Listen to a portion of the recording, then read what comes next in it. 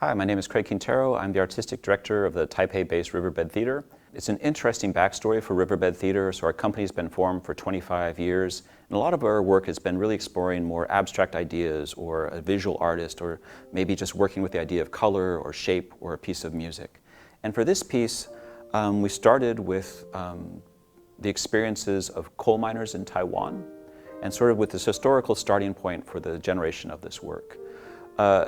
To be honest, my first time really sort of thinking about coal mining as an industry and the laborers and the people who were involved in sort of creating the economic miracle in Taiwan was in 2013 when we participated in an exhibition at Elite Gallery in Taipei.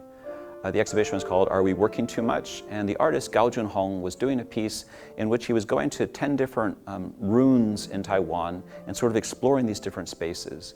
And one of them was a Haishan mine in Taiwan, where he was going and looking at the space where there was a tragic mining accident in 1984 and revisiting this space. And so what was really interesting about his work is he was taking these images that were drawn from the newspaper and then recreating these images, drawing with charcoal on the walls of these old abandoned mine factory. And so we had the opportunity, he brought us there to show the work. And it was really sort of overwhelming to sort of step back in time, to step back into the space where there was this tragic event where there was a mining accident and 93 people died in 1984, and to revisit this space. And then also he brought us into the old dormitory for the miners. And it was amazing, after the accident, no one went back into the dormitory. And you could still see the clothing left hung there, and their journals, and their calendars, and their cups, and their teacups, as if life had stopped, that suddenly life had frozen. And as we walked back into the space, I really started to feel sort of the intensity of life interrupted, of this tragic event, and these people whose fathers or brothers or sisters or these relatives or their loved ones suddenly were lost and forgotten. And so as we started, sort of these images kept coming in, and then Jun-honn for the exhibition, was this beautiful piece where he took these 20 articles of clothing similar to what we saw there in the dormitory, and they were covered with coal dust, and then he had them hung on a wall, and one by one he'd put them on and take them off, and put them on and take them off. And by the end of this putting on and taking off of these 20 articles of clothing, his body left the residues of the charcoal. You could see the remains on his flesh, that he was physically transformed. And this image or this experience suddenly, I mean, it entered me and became part of my life story. And so as an artist, it's constantly thinking about how do we sort of take an image or an experience and bring it back to life. And so Jun-honn suddenly introduced me to part of Taiwan's history. And I was like, well, how do I, as an artist, also address that? How do I also take these stories or this encounter and sort of recreate it and enable the audience to re-experience? And so we sort of continuing to think about this, and then in 2019 we started talking with the Taiwan National Theater about the possibility of doing this production. And once they gave us the green light, it was this really intense process of going and doing field research. So some of it was actually visiting coal mining sites.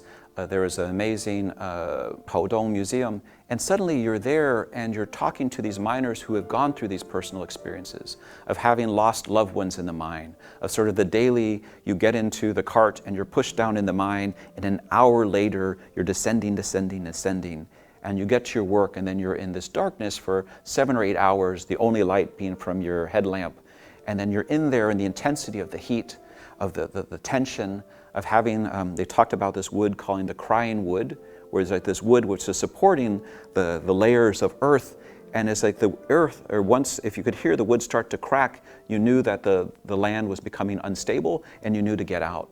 But the people are sometimes 20 or 30 people in a group together, and so if you're the furthest person in, you know, the likelihood of escaping was so small. And so suddenly we're sort of overwhelmed by these personal encounters of these people who gave so much for Taiwan, who were really part of enabling the Taiwan miracle. And then suddenly, after this and after Taiwan's economy took off, these people's stories, their experiences have been forgotten.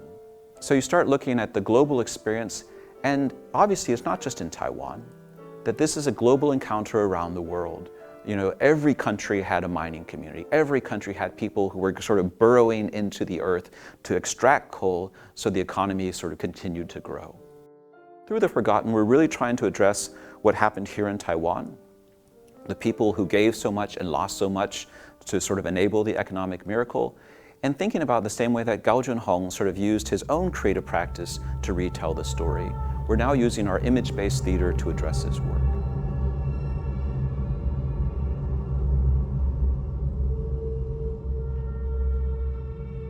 煤矿的工作其实离我们这个年代，离现代年代其实是很近的，但是大部分的人完全忘掉曾经有一群人在那个环境工作。其实我那天看完的时候，我眼眶都含着泪水嘛。那个环境是我们曾经在那个环境中挣扎走出来，然后你的伙伴就是很快就不见了啊，所以那个就是真的非常非常感动，而且重要是很多人很难去理解那个工作环境，那个剧场就演的，就让很多人知道哦，原来有一群人是这样子工作的环境，而且那么恶劣的工作环境。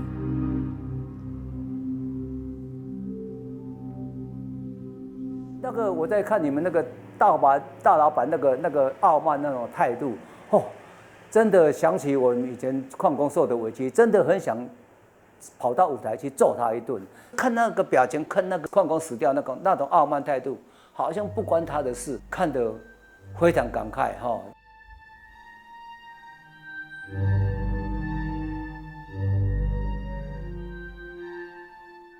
我们看到了，我们想的会比较多。我们跟一般观众看到跟我们想的不一样，因为我们本身就是矿工，而且海山煤矿那一段我们自己都有去救过，就是从第一天到40几天，都是陆陆续续，不是每天都去，但是陆陆续续都去。尤其到十几20天的时候，那去救人的是摸到他的身体，他的身体都什么地方会掉下来，你摸到他的皮肤，那皮肤就连在你的手套。你有时候是石头压着，你要把它拖出来，拖他的手指头，那手指头整只手指头就掉下来。这个想起来就是会去想到这一段。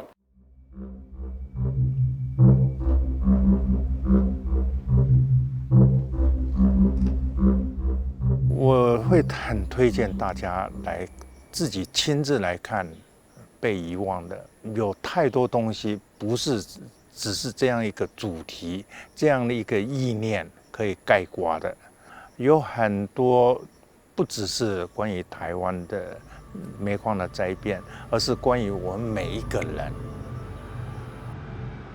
被遗忘的其实是河床的一个，我觉得蛮有突破性的作品，因为它聚焦在这个灾难，就是从海山煤矿的灾难出发，聚焦在人的这个社会的不同的阶级，然后以及劳动本身所带来的那个对于生存的意涵，它不断的带我们进入这个社会的一个最内在的人跟人的关系当中，所以我们在看这样的故事的时候，其实它又有一个集体的经验，它又有一种非常个人的感悟在里头。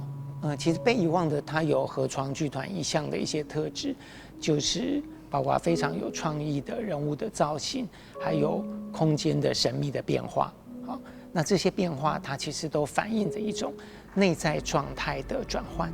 所以在看这样的戏的时候，其实让我们不断进入到应该说这个社会的每一个不同的区块、不同的人际关系当中，让我们重新思考自己的位置。其实从2战之后，就有这样的理论提出来，就是说美是不是一种暴力？好，那我觉得美大当然是一种暴力，但是它同时也是一种注视，一种转化、一种升华的可能。我觉得只有透过艺术的力量，人类的苦难的经验，它才能够被记忆、被传达，跟被印记在没有经验过这样子的人身上。所以我觉得，被遗忘的就是这样的一个作品。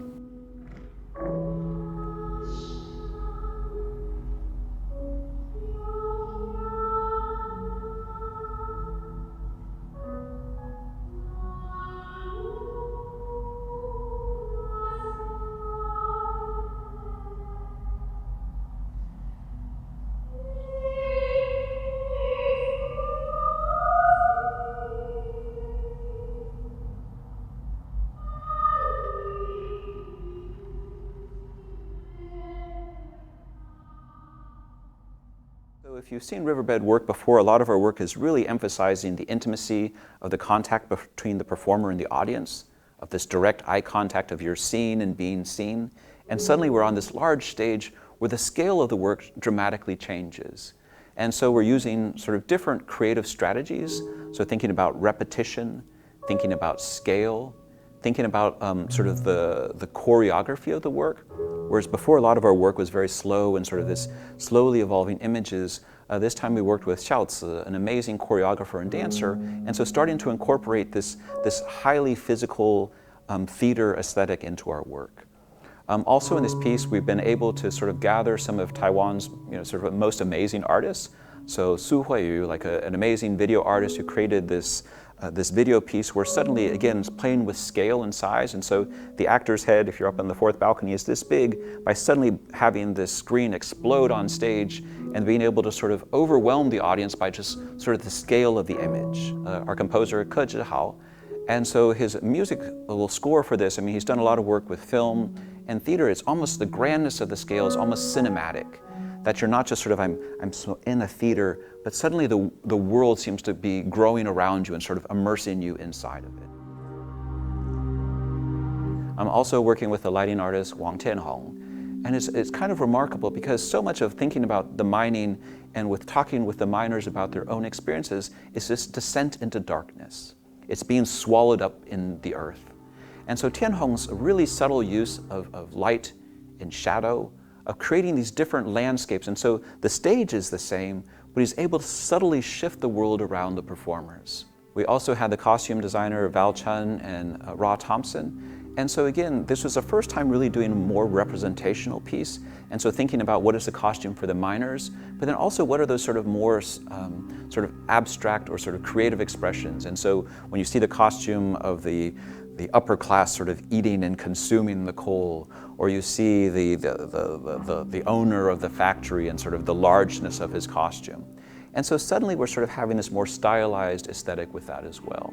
And with our scenic artist team, we've been working with Carl Johnson for almost 20 years and James. And so it's really sort of, when you look at the work here, even though we're sort of losing the intimacy of our smaller Just For You performances, you can still see the handmade quality of the work, the painter's touch. And so there's an intimacy and a level of detail in the work that the actors are in this living art world, that there's a world of art that we're immersing the audience inside. Recently, we had the opportunity to go back to the museum and talk to the miners. And as we were listening to the stories and hearing the experiences again, the thing that the miners kept referring to is like, in all of this work, and it's been forgotten. And we've been forgotten. And we've been pushed to the margins. And as we're really excited to have the opportunity to sort of reshare their stories with the audience, to rekindle our interest in these people whose lives, their sacrifices, really sparked the economic miracle here in Taiwan. So I encourage you, as you're watching this work, to think about your own relationship to coal mining, the people in your family who also might have participated in this industry, and think about all the people, even in our daily life today, who give so much to enable sort of the joy and the possibilities of the present.